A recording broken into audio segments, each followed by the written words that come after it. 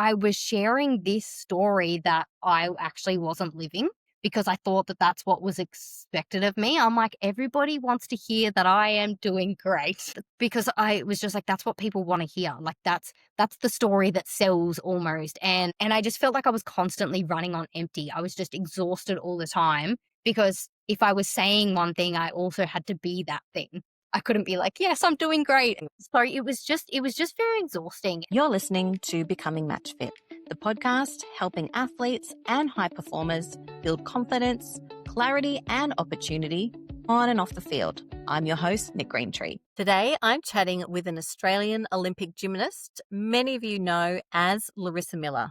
Earlier this year, she changed her name to Larrissa Rue Haven. We'll chat about that later in the conversation, along with her journey, what this next chapter represents for her, and the mindset behind returning to elite competition. Before we get started, a quick disclaimer. This conversation is for general education and storytelling purposes only and isn't mental health, medical, or professional advice. If you need support, please speak with a qualified health professional or contact 1-800-RESPECT for confidential help. Okay, let's get into the episode. So welcome, Larrissa. Great to have you on the podcast today. Thanks for having me. So good to see you again. I am quite honoured that you are happy to share your story on becoming match fit with us today. You've got an amazing story to tell, 2 times Olympic athlete and training again with lots of in between that you are going to share with us. So thank you. I can't wait to dive in. Yeah, me too. So, I'm always nervous, always get a little nervous when I have to share my story, but I'm very excited as well. I'm very thankful. Okay. How did gymnastics first come into your life? I found gymnastics when I was 4 years old because my older sister did gymnastics and we were living in a very super small Queensland country town. So when I found it at 4 years old, they didn't accommodate for kids my age. Then we moved from a small country town to a less small country town.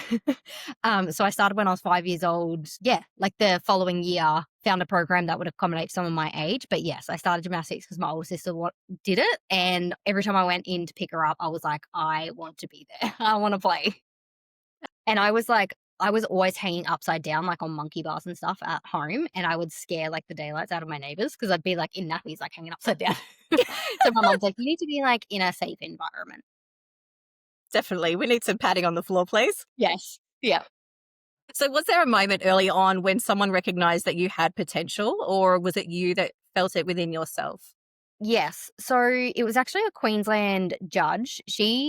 I'm not sure it works like this anymore, but she used to do tours around to the rural clubs, country clubs, and just kind of like scout out talent. And so that's how it happened for me. I had no idea what was happening. So I was selected to do holiday training sessions in Brisbane. So I lived in country Queensland and it was like a 12-hour drive to Brisbane, but I used to get on a plane by myself when I was 7 years old, go stay in Brisbane with extended family and do their holiday training program.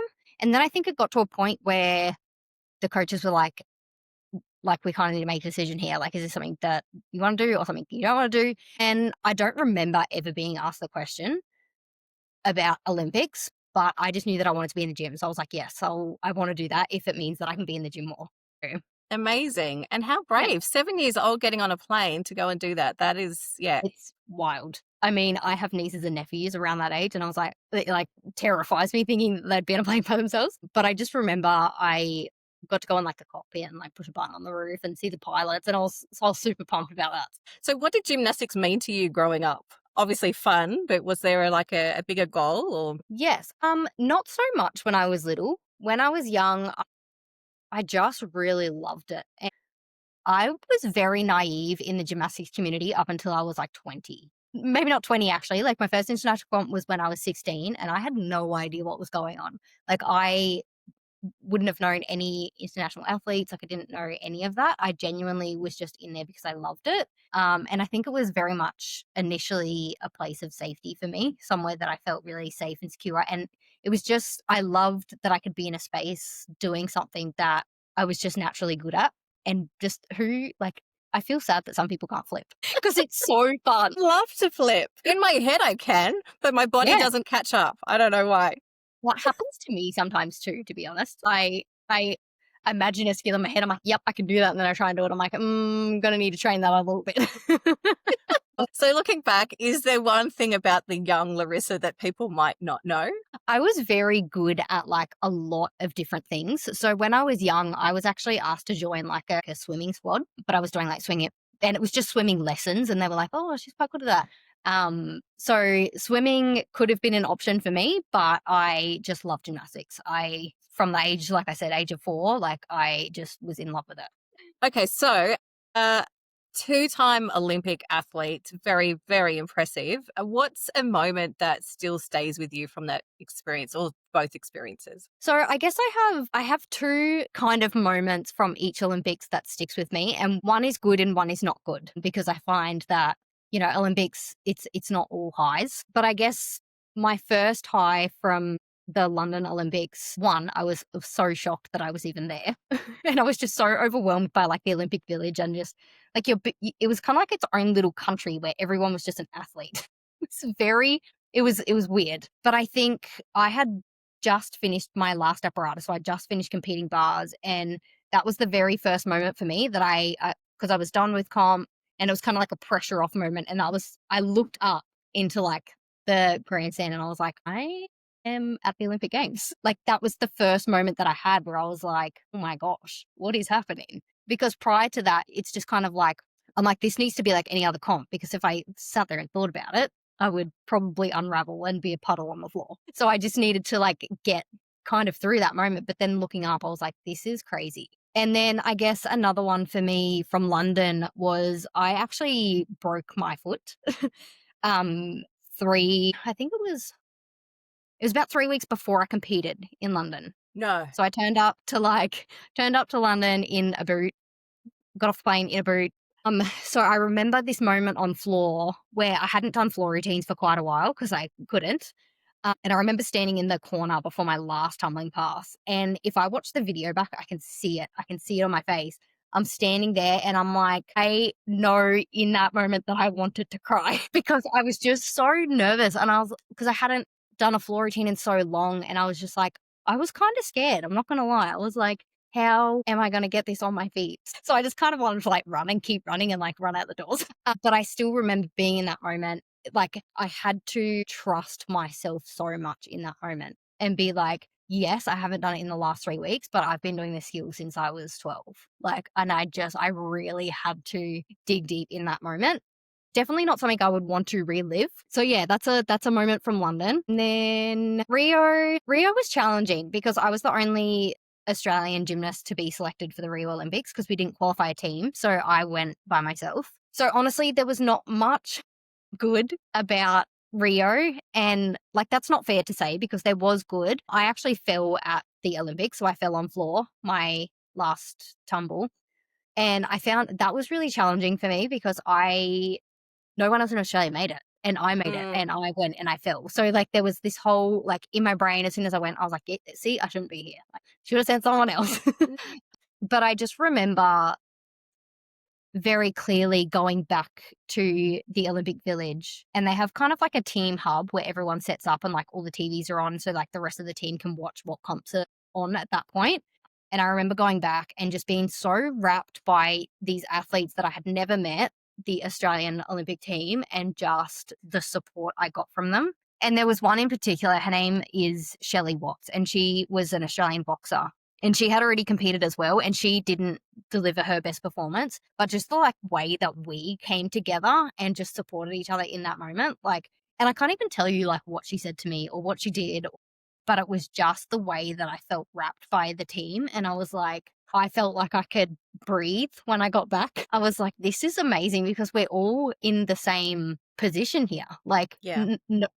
not all of us are going to be performing at our best right now. We're going to have an off, like we might have an off day, we might have an on day. And it was just really cool to see just everyone just, yeah, wrap around me in that moment and me wrap around others and just everyone kind of come together, which was really special. Yeah, amazing. And yeah, very special bonding because not many people would experience that, obviously, the Yeah. Olympics and then, being able to physically or mentally support others as well when you've got your own stuff going on in your head, but equally that's a shared experience. So it becomes quite Yeah, special, I imagine. definitely. Because I think people who haven't experienced it can support you and they can be like, "Yeah, but you're amazing." But, like, when you don't have that common understanding, it's really Yeah. hard to be like, "But you don't get it." Really get it. Yeah. Yeah, you don't get it. So, yeah, it's bittersweet though, because you know that, like, they're feeling the way that you are, but it was really special. Amazing. Thank you for sharing that. And I imagine that, most athletes, especially Olympic athletes, are going to have those ups and downs because, Yeah. like you say, it's not all positive because it is a competition. And so there's Yes. inevitably people who aren't going to come away with those medals. Yes. We see all the glitz and the glamour and the performance, but, behind the scenes, we're not really privy to that. It's not glamorous. Yeah. I don't know. I mean, there's so many different angles you can take this from, right? Because there's a very practical side of things. Like, I know for me in, like, the lead up to Rio, I was training 30 hours a week. I was doing CrossFit, I was swimming. I was just doing so much. And I think because I didn't have a lot of support in terms of, like, even, like, nutritional support and, like, all of the things, like, I wasn't, like, approached holistically as a human. I was like, "It's because 'cause I'm not doing enough." So I would do more. I would train more. I would work harder in this, but, like, I feel like sometimes, like, I just needed, like, a minute. I needed a minute to, like, maybe have a couple days off. So practically, like, it was just a lot. It was go, go, go all the time. I was just very rigid as well. Like, if I didn't eat by, like, 1 o'clock, I was the grumpiest person ever. I think it's probably the same for a lot of sports, but it actually can be quite isolating at times because when you think about the amount of people that actually make the Olympic Games, like, it's not a lot because it was only me in Rio and me training for that one specific goal and no one else around me. Again, you can't really relate to anyone that is training alongside you. Like, yes, they're kind of doing the same things, but they don't have the same, like, pressure and expectation, and they're not in the moment with you. So it can be quite isolating at times because you're like, no one is really understanding what's in my brain. But yes, just the pressure and expectation is wild. And I don't think it has to be. But for me and my experience where I was at, it was very pressure filled, I guess. Yeah, and that makes sense. I think often, and just relating from my experience, when I'm not feeling as prepared as I could be for something, I go in and I practice more and I do more. So Yep. I can see that could be kind of the response to how you're feeling. But how do you feel like, and I might be jumping ahead a bit here, in terms of where you're at now, would you say that that's how you would still handle it? Or is there an element where you can go, actually, maybe more isn't what I need. I actually need to either calm my brain or I need to rest my body, or sometimes that off switch is actually the answer. Yes, when I first started training again about a year ago, it was crazy how quickly I fell back into this mentality of, like, all or nothing. And, like, I hadn't trained for 7, 8 years, and I stepped back into the gym as if I was about to be competing at the Olympic Games. I remember getting to a point where I was like, I need to stop. I'm stopping right now. And I took a whole month off. And I'm like, I will never allow myself for gymnastics to be everything again and to have that amount of pressure and expectation on me. And I think it needed to happen though. I needed to experience that to become aware of how easily and quickly I slipped back into that. But yes, it's very different now. And I think because I've learned so much more about myself, and some days my biggest win, even if I want to go into the gym, is saying, no, I'm not going into the gym because it's what my brain and my body need. Regardless of what I want and what I feel like doing, like that a win for me. Absolutely. That's such a great learning. And we were Yeah. talking earlier before we started recording about, reflecting back on maybe old behaviors and are we learning as we age? Speaking for myself, sorry. But I can, again, no Olympic athlete here, but the all or nothing I can definitely relate to, especially in my work life. So yeah, I think if we can recognize that about ourselves and just catch ourselves when that starts to happen, because it doesn't mean it'll go away completely if that's in our nature, I think. Well, that's for me Yes. anyway. But if I can just be aware of those signals and signs to kind of go, hang on, let's not do that again, Nicole, and maybe Yes. just Yeah. try and be a little healthier. Yeah. Yeah. And I think my perception too of like, because I know that I'm a perfectionist, like I want everything to be like all the time. And but I'm learning to embrace it as both like it can be a blessing and a curse, right? Because I think obviously if you go too hard, you're gonna burn out. But I also think that that's a part of what makes you great at what you do. Because if you're not like pushing for more, you're just gonna settle. But it's about being healthy in that and being kind to yourself and allowing yourself space when you need it. Because I'm actually not sure I would have got as far as I did if I wasn't a perfectionist. And I think it could have been nurtured in a better way from others and myself. But I'm actually very thankful for it because like I said, I think that's what makes me good at what I do because I am always pushing to be better. But like I said, I need to be aware of the trap that I can fall into of never being enough. But yes, it's yeah, like I said, a blessing and a curse. Yep, absolutely. So, gymnastics has been under global scrutiny after the Athlete A documentary highlighted safeguarding issues. How has this shaped your view of the sport today? Yeah. This is It's a this is big a question, big I know. question. This It's a is a big very question. big question. So, like, just a little bit about my journey, and like, I know that people who have followed me throughout my gym journey would know some of this. Is that I came from like a very traumatic background outside of sport. So, in my brain, gymnastics was always the good bit. It was my safe space. It was my place where, I could land and rest and all of these things. But then I feel like this documentary came out and I started seeing footage from competitions that I was at, girls that I was competing against, and kind of hearing my experience come out of the mouths of other athletes. Like, honestly, it unraveled me seeing that documentary because it's just shattered my illusion of what I thought gymnastics was. And that was really hard. I spent years hating the sport. I couldn't think about it.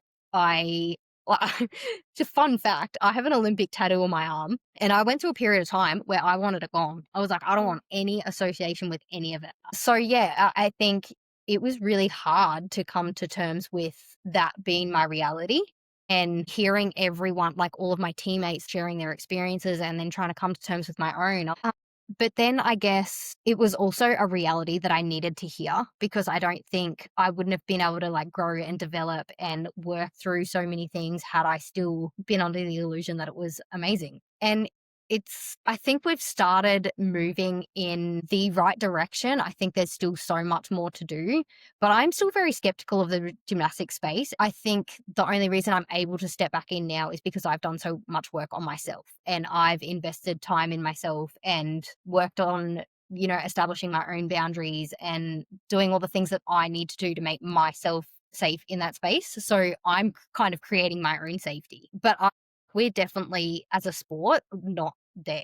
But I think that's what I love about stepping back into the gym space. I love that I'm able to bring that into the space that I'm in and kind of share that with the girls around me and be like, you have a voice, you can do X, and just empowering them to know that they can feel safe in their space as well. But yeah, it's hard. And even for me, I'm still working on, and it's messy. Like sometimes I've got it wrong, but I'm still working on setting those boundaries for myself as well about how I will be treated, how I will be talked to, and just all of those things, and establishing those things not just myself but for future generations to come.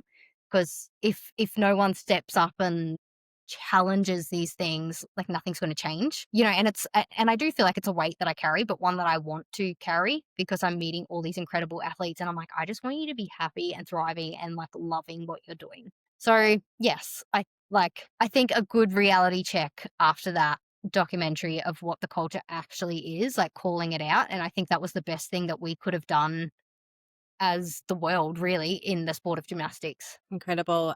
And I think, for anyone who hasn't seen it, it is quite shocking. It does expose a lot. And I think, from having watched it and hearing your story, Larissa, you're very brave and knowing what you've been through and hit the heights of two Olympics and fallen out of love with the sport and then been faced with that, to be able to go, hang on a second, re-find yourself, do that work, and then step back in to the gym. And then not only that, to be a role model for others, because I think, you're exactly right. If there aren't people in that space, whatever space it is, it may not even be gymnastics, but you can only be what you can see, and if you're being that role model and showing other athletes, you can set the boundaries, you can have a voice. That's incredible work. So well done on that.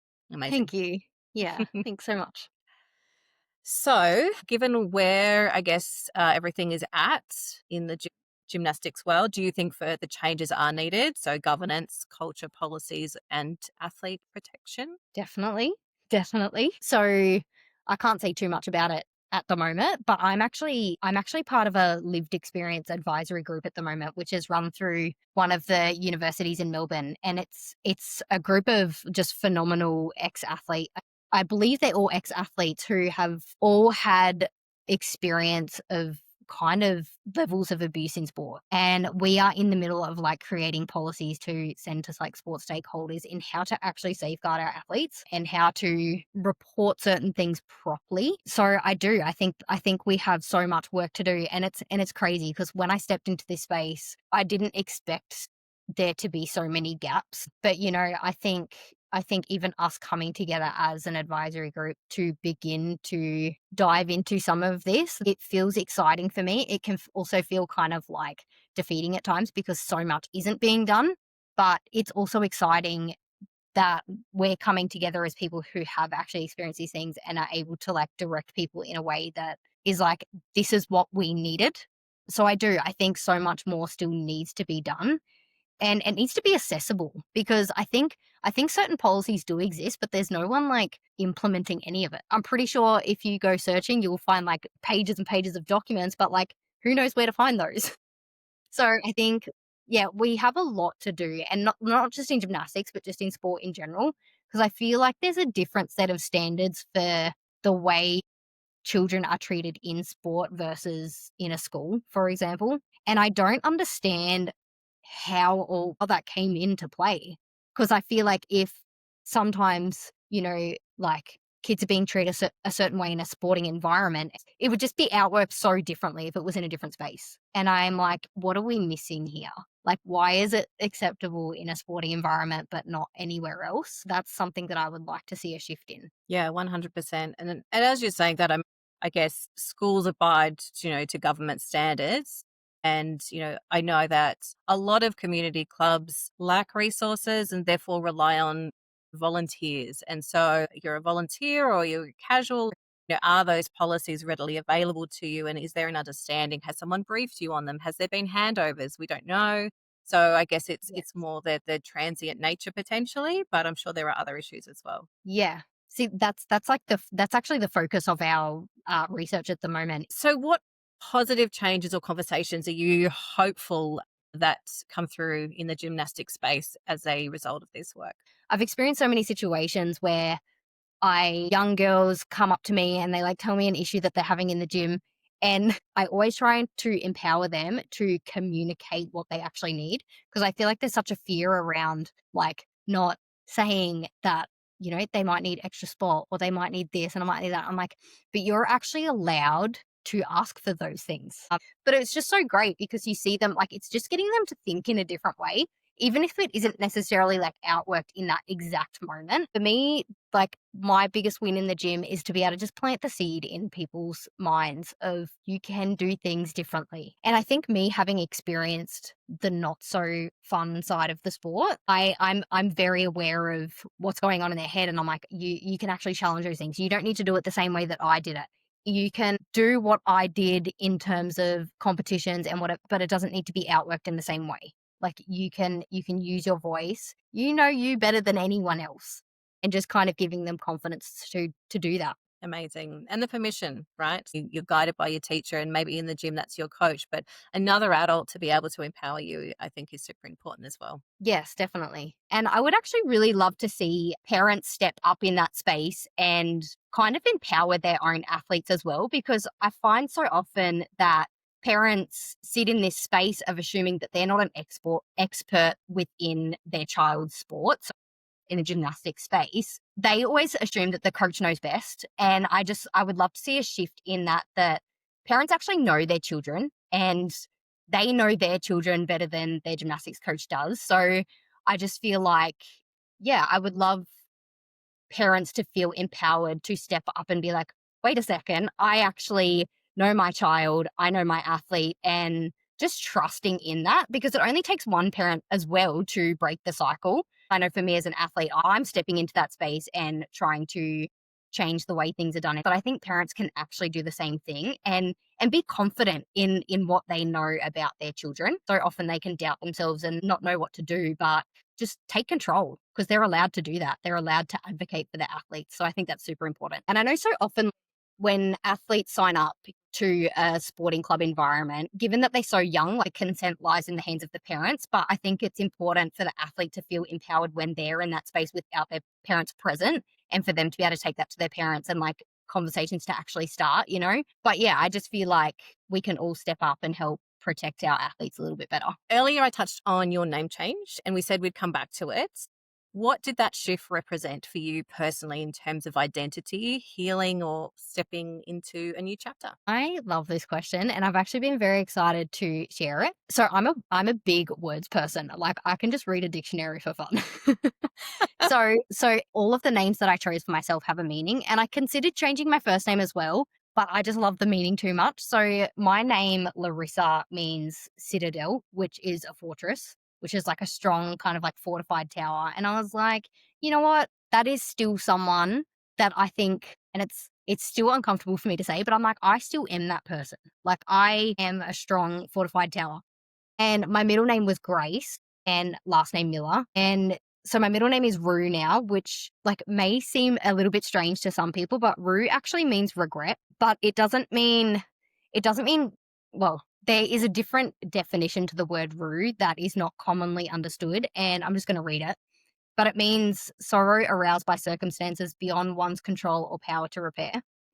And so like I said, my former middle name was Grace. And I think that was so representative of how I grew up believing I had to behave. And I imagine like I wore this backpack like that was called Grace and I just like stuffed all my pain and my sorrow and everything in it.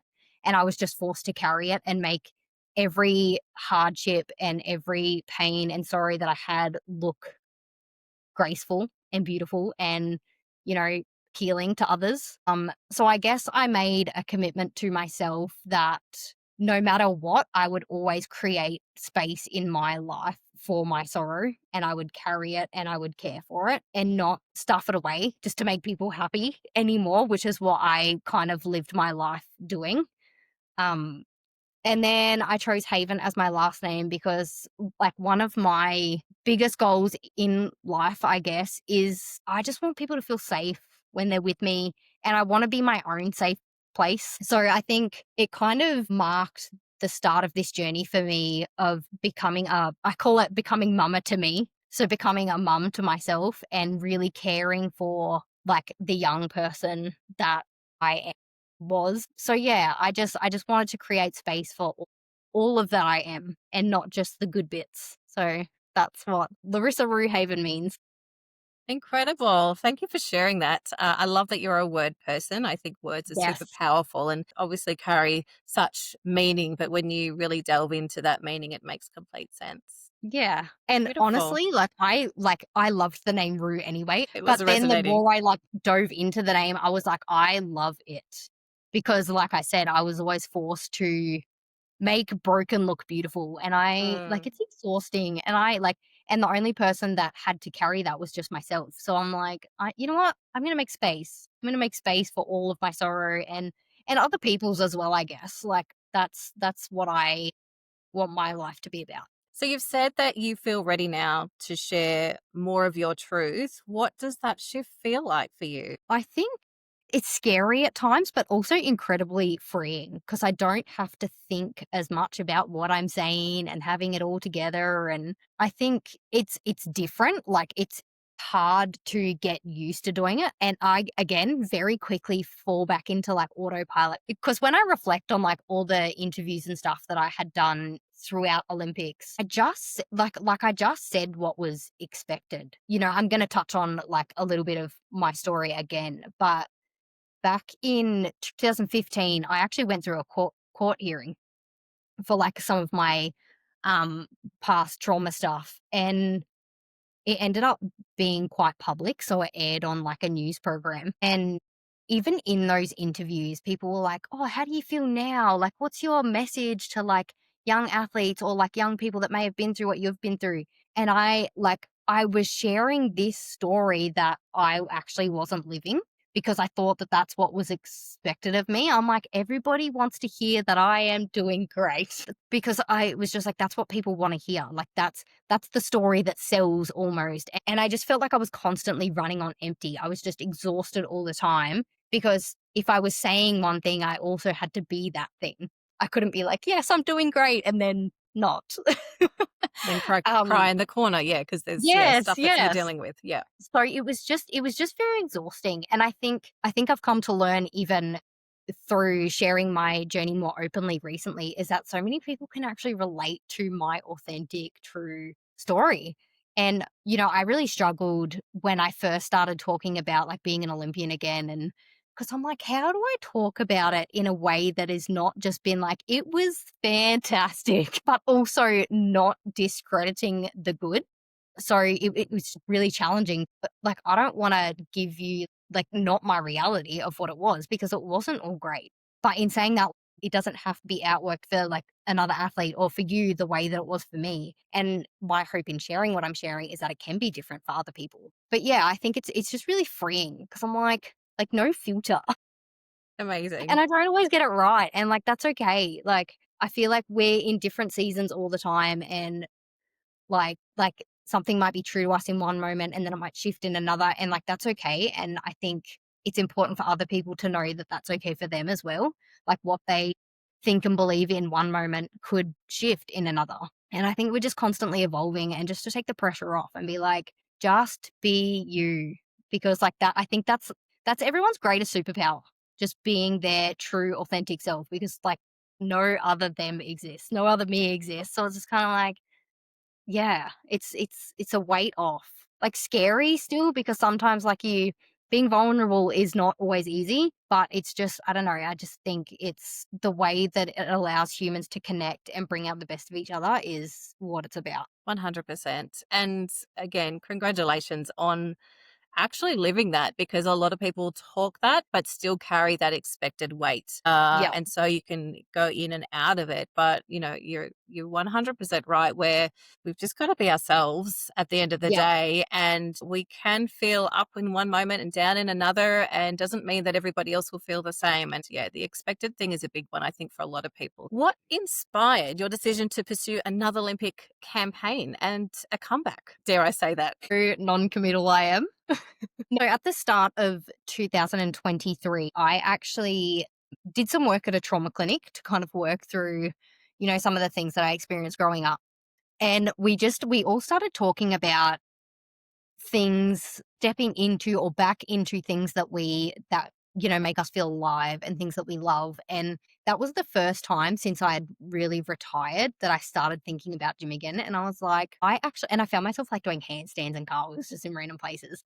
And it was the first time that that I thought about it, and I was like, I actually really, really love the sport of gymnastics. Like, it is so fun because the amount of times, like, I tried to stay active, like, I tried to go for a run, and I loathed every second of it. And then I would try to go to fitness gyms, and I would, like, sit there for 5 minutes, touch my toes, do a little bit of stretching, and I'm like, "I'm finished," and then I'd go home. Um, but I was just like, I want to step back in this space and just see how I feel. And like pretty much as soon as I like touched the floor, like something was ignited in me and I was like, I love this.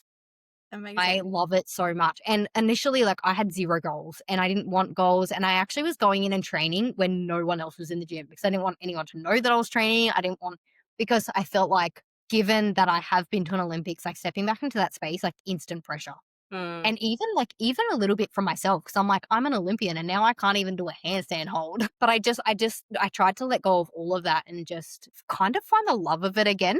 And it's been so interesting because I feel like since being back in and making that commitment to myself that gymnastics would never be everything to me again. Like, yes, I will do all the work and like my commitment is there, but it's not who I am. I am just having so much fun because like remember in like the lead up to like all my major comps back when I was competing, I was so fear filled.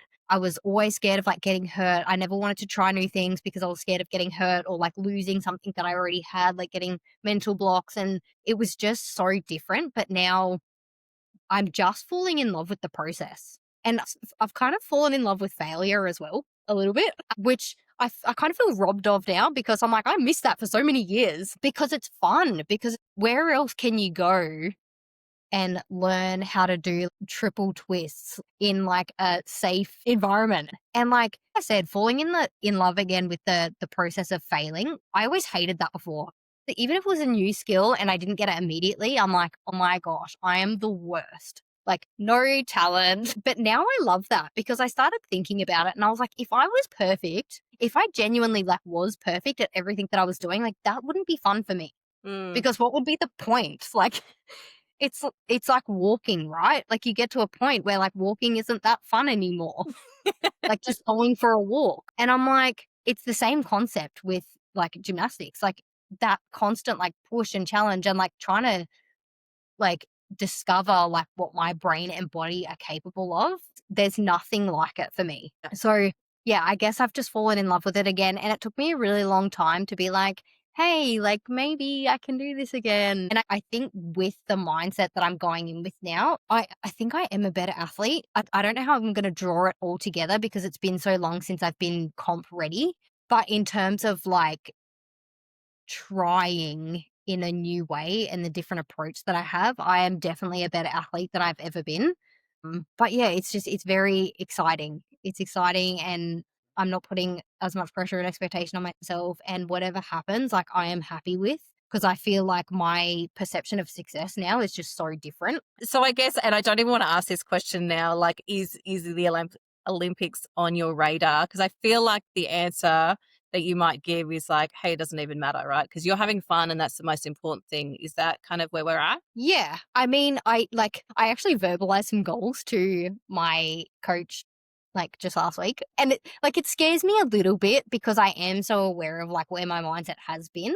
But at the same time, I'm like, I am allowed to have goals. And you know what? If I have those goals and I don't reach them, nothing changes. And I was always very scared to admit that when I was training because I've been to 5 world championships, right? And I made finals at 2 of them. So I was in bar finals one year and floor finals in another.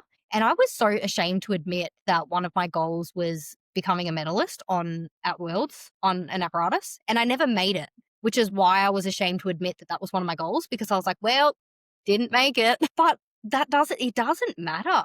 Like, and so now I'm just kind of like, yeah, I do have goals. Nothing changes about me as a human if I don't reach them. And I think at the end of the day though, my biggest goal is not losing sight of myself again. So if I was to like win a medal at Worlds, but I lost myself in the process, like would I have achieved my goal? Like probably not. So I just want to keep doing what I'm doing and staying me and keep caring for myself in the process. And wherever I land, like I am so happy with that. So much. That just sounds like the healthiest place to be, honestly. And you should be so Yeah. proud of yourself that you're able And to it's even like sit in I'd that. be lying if I said it's always easy. Like I need to keep reminding myself of it all the time. Like I actually have on my mirror in my bathroom, I have a picture of little Larissa Oh, and written on it, it says, remember who you are. So every day I'm like, beautiful. this is who I am and this is why I'm doing it. Love that so much. Yeah. Amazing. The name of this podcast is Becoming Match Fit. What does becoming match fit mean to you? So I've actually thought about this a lot. And I think a big part of it is actually learning to like value who I am as an athlete and a person behind that athlete, I guess. Because I always looked at things like this and I'm like, oh, this is only for like the top athletes. But actually, it's kind of me stepping into a space of acknowledging that I do bring some value into the space that I'm in and kind of owning that. And it's not comfortable, but it's something that I want to get comfortable with. And yeah, I think knowing that, the 21 years that I've been in the gym actually has developed things in me that maybe I'm not even aware of. And that's what it's about for me, is kind of like discovering, drawing out of me what the last 33 years of my life has been, I guess. Yep, amazing.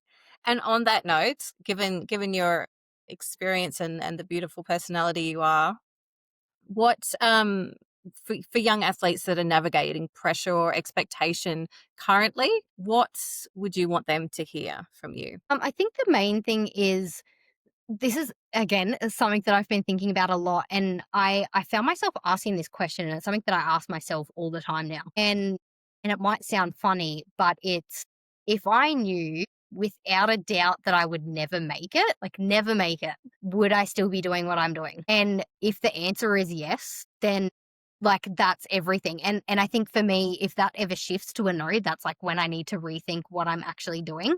But I think that's the most important thing. Like if you love what you're doing, regardless of where you're going to end up, that is the most important thing. But also like that sense of safety, right? And I think that is probably the most important thing, is to know that these athletes have a voice, that they know themselves, and they can take control of their journey, I guess. Amazing. That's very insightful, especially, given what we've been speaking about in the gymnastics arena, but I think it goes across the board to Yeah. even non-athletes, right? It's using your voice and feeling safe and comfortable and doing what you love. Yes, Absolutely. definitely. Yeah. Great. Well, thank you, Larissa. This has been so special. I really Thank you so appreciate you much. spending the time and sharing your insights and all that you're doing, and wish you the very, very best of luck in your goals. And we look forward to seeing what you're doing next. Yes, thank you so much. Thank you so much for having me. Thanks so much for listening to Becoming Match Fit. If today's conversation inspired you, feel free to share it with a teammate or someone you love as well. You can access free tools, resources, and our community in MatchFit 360 Academy. The link is in the show notes. Until next time, unlock your value, change your game, and become MatchFit.